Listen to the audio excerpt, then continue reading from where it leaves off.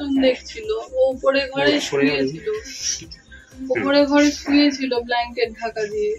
এবার আমি তো কি বলে এসে দেখলাম ঘুমোচ্ছে ঢাকা দিয়ে, আমি চলে এলাম, ঘুম থেকে ডাকলাম, সারাদিন ঘুমোচ্ছে, চলে এলাম। তারপর আমার মেয়ে আসলো, তখন আমি কি বলে এসে দেখছি যে বমি করে ফেলেছে। তখন দেখছে মেয়ে, দেখছে যে ওর সেন্স নেই, হাতগুলো ঠান্ডা। তখন মেয়ে মুখে জল দেয়, দিয়ে আমি ওর বাবাকে ফোন করি সঙ্গে সঙ্গে। বাবা তো কলকাতায় চাকরি করে, নেমেছে স্টেশনে, তারপর তো নিয়ে গেছে হসপিটালে। এটা কটা নাগাদ ঘটেছে ঘটনাটা? আমি তো 1:45 নাগাদ বেরিয়েছিলাম বাড়ি থেকে। এবার তার মধ্যেই হয়তো কিছু হয়েছে। আপনি ফিরেছেন কখন? আমি ওই 3:30 4:45। আমি ঠিকঠাক অত মেয়েকে আনতে গেছিলেন? না না, আমি এমনি বেরিয়েছিলাম। মেয়ে একাই যায়, ওকেও বললাম চল, কি করে জানবো বলুন? এমনি ন্যাচারাল খাওয়া দাওয়া করেছে কি?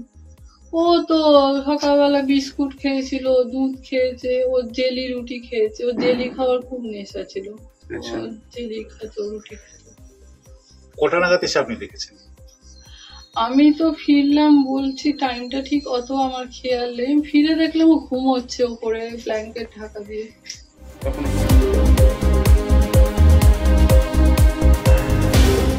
বললাম তো খেয়ে দিয়ে ঘুমোচ্ছিল, সন্ধ্যাবেলা ওকে ডাকতে গেছে, উঠছে না। আচ্ছা, দিয়ে তারপর তো আমরা দেখলাম, নিয়ে হসপিটালে নিয়ে এলাম। কটার সময় হসপিটাল নিয়ে এসেছিলেন? আমরা নিয়ে এলাম তখন কটা হবে? 8টা হবে। তার আগে কখন ঘুম থেকে মানে তোলবার চেষ্টা করছিলেন? 7টা নাগাদ। 1 ঘন্টা বাড়িতে ছিল? হ্যাঁ। হঠাৎ কি হলো? কার? বাচ্চাটা নিখিল বিশ্বাস। আপনার নাম? আমার নাম নবকুমার বিশ্বাস। হঠাৎ কি এমন হলো, মানে কোনো অসুবিধা ছিল? না, কোনো সুস্থ ছিল। আচ্ছা, দিয়ে হঠাৎ এরকম হলো। আপনার আরেকটা সন্তান আছে? হ্যাঁ, মেয়েটা বড়, ছোট। আচ্ছা, মেয়েটা তখন ছিল না, ও স্কুল গেছিল। স্কুল সন্ধ্যার সময় স্কুল গেছিল, স্কুল থেকে এসেছে। আচ্ছা, তারপর কোচিং থাকে, কোচিং এ কথাবার্তা বলে বাড়িতে 6:30 পৌনে 7 নাগাদ বাড়ি ঢুকেছে, দিয়ে ভাইকে ডাকতে গেছে, উঠছে না। তখন আপনার স্ত্রী ছিল? হ্যাঁ, আমার স্ত্রী যখন আমাকে ফোন করলো যে ছেলেটা উঠছে না কেন, বলছিল।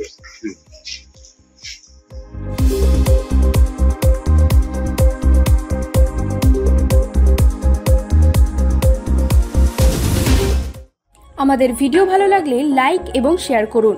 কমেন্ট সেকশনে গিয়ে জানান আপনাদের মতামত। আরও ভিডিও পেতে আমাদের চ্যানেল সাবস্ক্রাইব করুন এবং প্রতি মুহূর্তে খবরের আপডেট পেতে প্রেস করুন বেল আইকন।